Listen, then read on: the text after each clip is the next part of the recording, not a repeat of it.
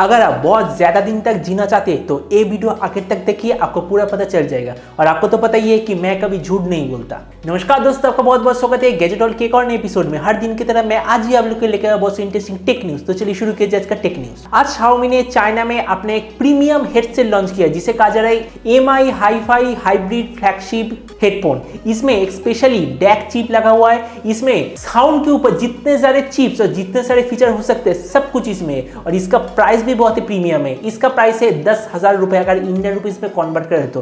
वैसे मुझे नहीं लगता कि इतना प्रीमियम चीज इंडिया में लॉन्च करेगा, क्योंकि xiaomi एक नया कंपनी है म्यूजिक के दुनिया में और कोई मुझे नहीं लगता कि ये चीज खरीदेगा।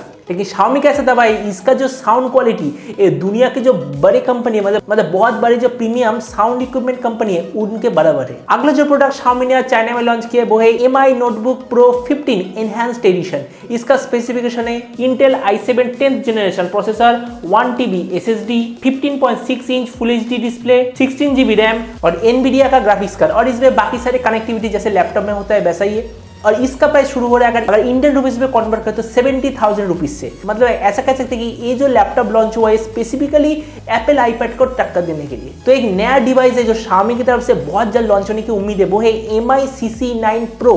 और ऐसा कहा जा रहा है कि इसमें आएगा 30 वाट इनबिल्ट फास्ट चार्ज। और इसके दूसरे स्पेसिफिकेशन है Snapdragon 730G, 108 megapixel Samsung sensor. और इसका प्राइस कहा जा रहा है कि 18,000, मतलब इंडियन रुपीज में 18,000 से 25,000 के बीच में। तो अगर देखते हैं कि ये वाला डिवाइस आखिर कौन सा होता है। मुझे तो लग रहा है कि ये वाला डिवाइस इंडिया में भी लॉन्च होगा, क्योंकि Realme बहुत जल्दी अपने स्नैपड्रैगन 730G वाला स्मार्टफोन मार्केट में ला रहा है। अगर आप मेरे टेक न्यूज़ फॉलो करते हो तो आपको पता ही होगा xiaomi के न्यूज़ के बाद हमेशा Realme का न्यूज़ आता है। तो Realme की तरफ से न्यूज़ है कि Realme 5S नाम के स्मार्टफोन बहुत ही जल्द लॉन्च होने की उम्मीद है और इसे सर्टिफिकेशन साइट में दिखा गया है। वैसे इसका क्या स्पेसिफिकेशन होगा कुछ भी पता नहीं, लेकिन ऐसा कहा जा रहा है कि ये वाला जो डिवाइस वो जो अगले महीने Realme X2 Pro लॉन्च होगा उसके साथ ही ये वाला डिवाइस लॉन्च होगा। तो देखते हैं कि ये वाला डिवाइस अगर क्या होता है और इसमें क्या क्या स्पेसिफिकेशन किस प्राइस रेंज में लॉन्च होता है। और Realme के CEO माधव सेठ ने एक और चीज कहा है कि अगले महीने जो Realme के ये सारे फोन्स लॉन्च होगा उसके साथ Realme का फिटनेस बैंड भी लॉन्च होगा, क्योंकि Realme हमेशा xiaomi के साथ कम्पीट करता है और xiaomi का तो ऑलरेडी फिटनेस बैंड बहुत सारे मार्केट में, इसलिए Realme भी लॉन्च करेगा। और मुझे लग रहा है कि Realme अपने फिटनेस बैंड का प्राइस 1500 से 2500 के बीच में रखेगा। अगला न्यूज सुन के आप चौंक जाएंगे, गूगल ने ऑफिशियली अपना क्वांटम प्रोसेसर चिप को लॉन्च कर दिया है और इसका नाम है सिकामोर। वैसे इसका पावर के बारे में मैं आपको बताता हूँ। दुनिया के सबसे पावरफुल कंप्यूटर किसे कहा जाता है? सुपर कंप्यूटर, जिसे वेदर कैलकुलेशन, बहुत ही मुश्किल केमिकल रिएक्शन ये सारे कैलकुलेट किया जाता है। और कहा जा रहा है कि इस प्रोसेसर का जो पावर वो ऐसा है, ऐसा सोचिए मतलब बहुत ही मुश्किल केमिकल रिएक्शन, उसका केमिकल रिएक्शन या फिर केमिकल बॉन्ड कैसा होगा वो कैलकुलेशन अगर ये सिकामोर प्रोसेसर करता है तो गूगल ने कहा है कि इसे टाइम लगेगा बस 3 मिनट 20 सेकेंड। और सेम काम अगर आज के जमाने के सबसे पावरफुल सुपर कंप्यूटर करे तो वही काम लगेगा 10,000 साल। तो मतलब सोच सकते कि ये फर्स्ट जनरेशन क्वांटम प्रोसेसर कितना पावरफुल है। तो व्हाट्सएप पे एक नया अपडेट आया है जिसके मदद से कौन आपको अपने ग्रुप में ऐड कर सकता है उसके लिए आप सिलेक्ट कर सकते हैं, जैसे कि एवरीवन, माई कॉन्टैक्ट या फिर माई कॉन्टैक्ट एक्सेप्ट। मतलब कौन कौन लोग सिलेक्ट करेगा, कौन कौन लोग आपको ग्रुप में ऐड करेगा वो भी अब आप सिलेक्ट कर सकते हैं। अगला न्यूज है फेसबुक की तरफ से। तो आपको तो पता ही है लोगों के मन से फेसबुक का जो इंपोर्टेंस वो धीरे धीरे कम होता जा रहा है। मतलब लोग ऐसा सोच रहे हैं कि फेसबुक एक फ्रॉड कंपनी है जो लोगों के जो डिटेल्स है वो लेके दूसरे कंपनी को बेच देता है। तो यही जो लोगों के मन में विचार है इसे बदलने के लिए फेसबुक ने ऐसा कहा है यूएसए में बहुत ही कम खर्चे का घर बनाने के लिए फेसबुक मदद करेगा और इसके लिए फेसबुक $1 बिलियन खर्च करेगा। वैसे फेसबुक की तरफ से एक अच्छा स्टेप है लोगों के मन से उनके खिलाफ जो बुरा विचार है उसे हटाने के लिए। अगला न्यूज है PUBG से। तो PUBG में आज ऑफिशियली पेलोड मोड आ चुका है और मैंने अपडेट कर लिया और मैंने इसे खेल भी लिया है। अब क्या है, आप जब गेम को लेंगे नीचे एक पेलोड ऑप्शन आएगा, उस पर जब आप क्लिक करेंगे ऐसे सोचिए एक नॉर्मल इरेंगल का मैप खुल जाएगा।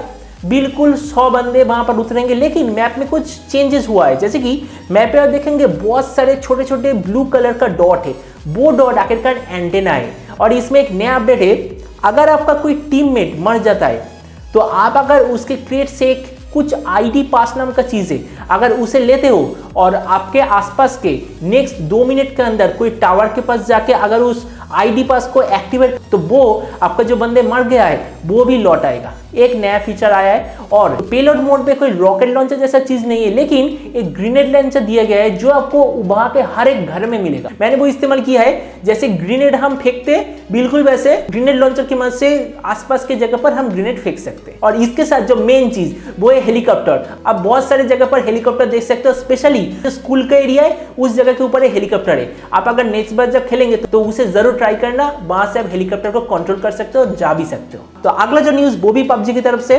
PUBG में erangle 2.0 बहुत ही जल्द लॉन्च होने वाला है और दिसंबर महीने में ही लॉन्च होगा। इसमें बहुत सारे नए अपडेट आएगा और ऐसा कहा जा रहा है कि नया टीम डेथ मैच आएगा, मतलब जो TDM है वही सेम, लेकिन इस बार जो मैप होगा वो होगा स्कूल के ग्राउंड में। तो आकर देखते हैं कि ये वाला मोड आखिरकार कैसा होता है। अगला न्यूज है ARM की तरफ से। ARM एक ऐसा कंपनी है जो दुनिया के सारे प्रोसेसर का मेन स्ट्रक्चर बनाता है। क्वालकॉम, सैमसंग, सारे कंपनी उनसे वो प्रोसेसर का स्ट्रक्चर लेता है और उस स्ट्रक्चर को अपने प्रोसेसर में इस्तेमाल करता है और अलग अलग नाम देता है। जैसे क्वालकॉम ने नाम दिया है क्रायो कोर्स, सैमसंग ने कुछ अलग नाम दिया है। तो ARM ने 4 नया प्रोसेसर स्ट्रक्चर को लॉन्च किया है। कहा जा रहा है कि ये नेक्स्ट जनरेशन स्ट्रक्चर है। इसके मदद से क्या होगा, बहुत समय तक गेम खेलने से, बहुत समय तक कोई टास्क करने से आपका फोन गर्म नहीं होगा, स्क्रीन का क्वालिटी और भी बढ़ेगा, स्क्रीन का फ्लूइडनेस और भी ज्यादा होगा और बैटरी भी कम खर्च होगा। तो देखते हैं ये नया स्ट्रक्चर लेके कौन सा प्रोसेसर मार्केट में सबसे जल्दी आता है। तो आज Meizu ने अपने एक नया स्मार्टफोन लॉन्च कर दिया और इसका नाम है Meizu 16T।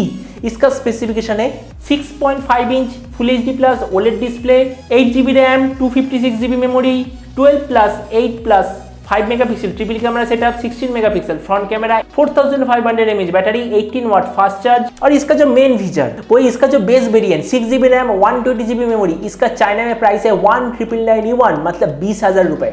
तो अब क्या सोच सकते हैं, स्नैपड्रैगन 855 वाला प्रोसेसर स्मार्टफोन हमें 20,000 के अंदर मिलेगा अगर इंडिया में लॉन्च होता है तो। अगला न्यूज है सोनी की तरफ से। तो सोनी xperia 1 प्रोफेशनल एडिशन नाम का एक स्मार्टफोन लॉन्च हुआ है। प्रोफेशनल मतलब इसका जो कैमरा उसे और भी ज्यादा ऑप्टिमाइज किया गया है और इसका जो कैमरा जो सोनी के जो DSLR कैमरा है उनके साथ एक वायरलेस कम्युनिकेशन ऐड किया गया है, मतलब आसानी से दोनों डिवाइस के बीच में फोटो या फिर वीडियो हम शेयर कर सकते हैं। और इस डिवाइस का प्राइस है अगर इंडियन रुपीज में कन्वर्ट करें तो लगभग 1 लाख रुपए के आसपास। तो मैंने टेक्न्यूज के शुरुआत में मैंने आपको जो कहा था कि अगर आप ज्यादा दिन तक जीना चाहते हो तो मैं आपको डराना नहीं चाहता था, लेकिन एक सच्ची बात है, हम लोग बुरे क्यों होते हैं इसके लिए DNA का कोई पार्ट जिम्मेदार है। आजकल के मार्केट में जो एंटी एजिंग ट्रीटमेंट है वो आखिर क्या है, आपके स्किन के ऊपर ट्रीटमेंट करता है लेकिन आपके शरीर के अंदर कोई ट्रीटमेंट नहीं करता है।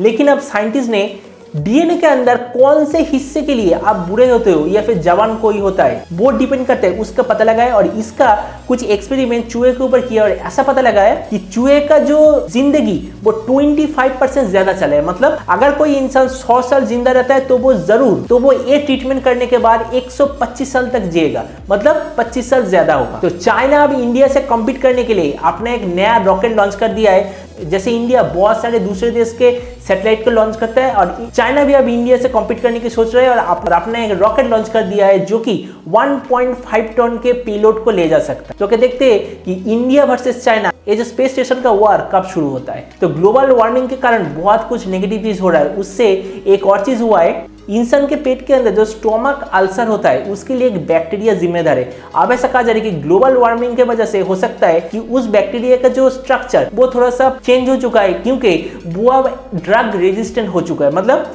कोई भी दवाई उसे दे उस पर काम नहीं कर रहा है, मतलब एक सुपर बैक्टीरिया बन चुका है। आज का आखिरी न्यूज, मुझे लगता है कि ये न्यूज सुन के आपको भी लगेगा कि हो सकता है चांद पे एलियन रहता है। विक्रम लैंडर जो चांद पर गिरा था जिस जगह पर, नासा ने वहां से तस्वीर लिया, इसरो ने भी वहां से तस्वीर लिया, लेकिन ये जो विक्रम लैंडर उस जगह पर कोई नामो निशान नहीं है। तो जिस जगह पर लैंड होने की उम्मीद थी वहां से किधर गया। तो नासा और इसरो दोनों ने कहा है कि वो लोग फिर से ढूंढेंगे कुछ दिन बाद, लेकिन मुझे ऐसा लग रहा है कि एलियन या फिर कुछ चीज तो वहां पर जरूर है, क्योंकि इससे पहले जितने भी सैटेलाइट वहां से गुजरा है कनेक्शन ऑफ हो चुका है और इस बार तो विक्रम लैंडर का कनेक्शन ऑफ हो चुका है और चांद पे जिस जगह पर गिरा वहां पर उसका नामो निशान भी नहीं है। तो आज का टेक्नो से यही था, उम्मीद आज का न्यूज़ आपको पसंद आया होगा। अगर ये वीडियो को पसंद आया तो इसे लाइक और शेयर करना मत भूलिएगा। अगर आप इस चैनल पे नए हैं तो इसे सब्सक्राइब भी कर दीजिएगा और आपके जो भी विचार इस वीडियो के बारे में मुझे कमेंट सेक्शन में जरूर लिखिएगा।